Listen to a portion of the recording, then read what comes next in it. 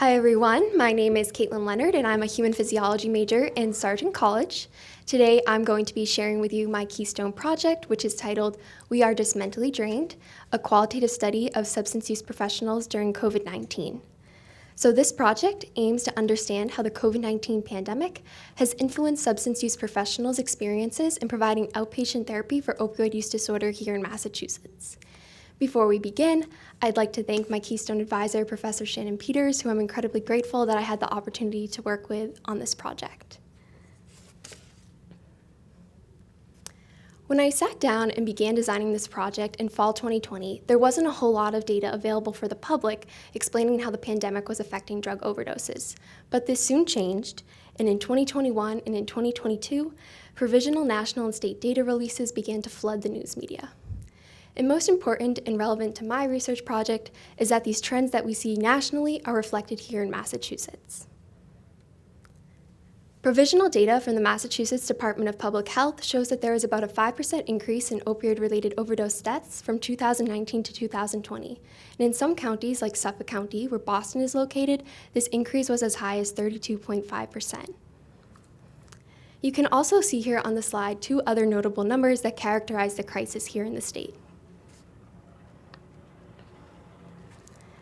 So my project is guided by a qualitative research method, so it seeks to go beyond these numbers to look at the lived experiences of substance use professionals. So who are substance use professionals? They belong to a select group known as the helping professionals, and this includes physicians, nurses, therapists, and social workers. And when these same groups primarily engage and treat individuals with substance use disorders, we can refer to them as substance use professionals. Why am I interviewing substance use professionals? Well, besides being a cornerstone of our treatment programs, they're also vulnerable to burnout, occupational turnover, and compassion fatigue.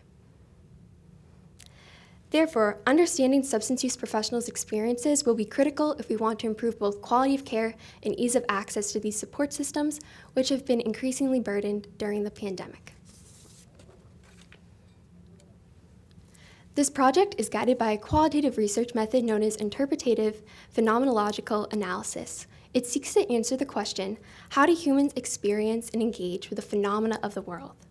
This method, which recommends a sample size of about 6 to 7 participants, really enabled me to explore substance use professionals' experiences with richness and depth, and also to explore how they engaged with the phenomena of the pandemic.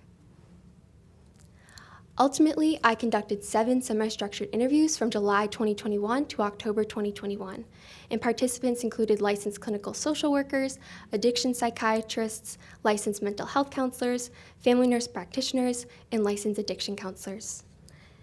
And these participants were drawn from 5 Massachusetts counties, which you can see displayed here. Analysis of the data revealed 3 primary themes, each of which has several sub-themes. The first theme, I made myself more available, often to the detriment of my own zen, focuses on how substance use professionals coped with increased work demands during the pandemic. The second theme, you gotta do what you gotta do, like people need help, explores how substance use professionals advocate and improved care for their clients during the pandemic. And the third theme, there's definitely been some incredible benefits of telehealth and some very hard things as a clinician, explore substance use professionals' overall experiences with telehealth. Now let's take a look at the data, which in qualitative research is excerpts from our participants' transcripts. Here, participant 1, a licensed clinical social worker providing both individual and group therapy in Western Massachusetts, shares how increasing work demands during the pandemic influenced her own well-being. She says, "There was an influx in frequency of appointments, and it was trying to figure out where to put people, like where to schedule people. It's like I'm trying to, like I want to meet the need, but I need a break myself." Such comments have influenced my recommendation to enhance support resources for substance use professionals and clients who are in remote settings. Prior research has shown the importance of supportive clinical leadership and coworker relationships in in-person settings, and they can protect against burnout. So it's important to create these supportive workplace environments remotely, but also it's important to recognize that this is a temporary solution and that in the long term we should be addressing the underfunding of these programs, the underpay of these professionals, and the understaffing of these clinics. Now let's look at theme 2, which explores how professionals advocate and connect their clients with resources. Professionals often express frustrations to me about organizational and communication barriers that have been exacerbated during the pandemic. Here, participant 3, a licensed mental health counselor from southeastern Massachusetts, shares a recent frustration she experienced when she was working to connect a client with a detox program. She tells me, "So there really isn't anybody to sort of help you with that. You can look all day long on websites, or you could call every substance use detox rehab in the country. It was quite a nightmare, to be honest." Such comments have influenced my recommendation to strengthen regional and interagency communication between substance use clinics, general health services, and community resources. Such partnerships will be critical if we want to reduce communication barriers, address social and economic determinants, and provide more holistic care for clients. Let's move on now to take a closer look at how substance use professionals' experiences were with telehealth. Although telehealth might be helpful in addressing financial and transportation barriers that clients face, it can sometimes build a barrier between clients and professionals when they're beginning to get to know one another. Here, participant 7, who oversaw group and individual therapy programs at a clinic in southeastern Massachusetts, shares an example of a conversation she had with a client who expressed that they were a bit hesitant to open up to her via telehealth.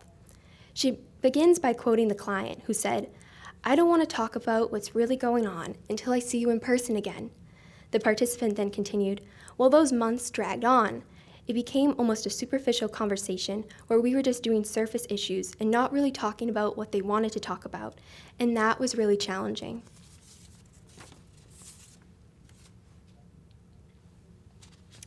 But despite such challenges, it's likely that telehealth will remain an integral component of substance use disorder care as we look into the future. In fact, right now, nationally, about 1/3 of all substance use and mental health services are continuing to be administered via telehealth. Therefore, it's important that we standardize our telehealth practices to encourage both safety and engagement. So research has shown that the best telehealth practices develop an individualized approach that accommodate an individualized needs, leading to better engagement in therapy. And in addition to engagement, professionals must standardize the safety protocols that they have. Participants in this study talked about emergency contact lists, and other research has proposed getting involved other members who live in the home, such as through naloxone training. And when naloxone is administered, it can reverse the effects of an opioid overdose. I do want to take a moment and recognize that there are several limitations to this study. First, the mean years of experience among participants is 7.6 years, but if we look nationally, only 27% of those who are in the substance use profession will actually remain in the field for longer than 4 or more years. Therefore, it's reasonable to say that the participants in this study might exhibit higher job satisfaction than their peers. And additionally, the sample could have been more homogeneous in participants' roles, so I did have participants serving in different roles at different clinics throughout Massachusetts. And lastly, I do want to recognize that the sample does have limited ethnic and sexual diversity. However, this is largely representative of those who are currently employed in the substance use profession. If we look nationally, about 65% of those in this profession identify as Caucasian and cisgender female, and 14% as LGBTQIA+. Looking ahead now, future research should continue to examine the well-being of substance use professionals, especially those who are primarily engaging with clients in telehealth settings. Innovative work practices, funding, and staffing interventions should continue to be studied to inform both future workplace and local policy. That's important because such policy solutions are what will ultimately help us reduce burnout, turnover, and compassion fatigue among substance use professionals and improve quality of care in this increasingly more common telehealth setting. So now I want to thank you so much for listening, and I'm happy to take any questions.